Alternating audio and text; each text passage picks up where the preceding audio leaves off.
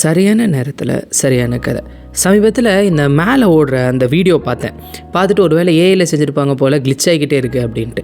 ஆக்சுவலாக இதில் நோட்டீஸ் பண்ணி பார்த்தீங்கன்னா, அந்த பொண்ணுக்கு குளிர்றப்போ அவன் ஜாக்கெட் எடுத்து போத்துறது, அப்புறம் ஒரு வாத்தை பார்த்த உடனே அதை காட்டினோடனே ஒரு சந்தோஷம் வர்றது, அப்புறம் அந்த பையனுக்கு கையில் அடிபட்ட உடனே அந்த பொண்ணு அவனுக்கு சப்போர்ட் பண்ணுறது.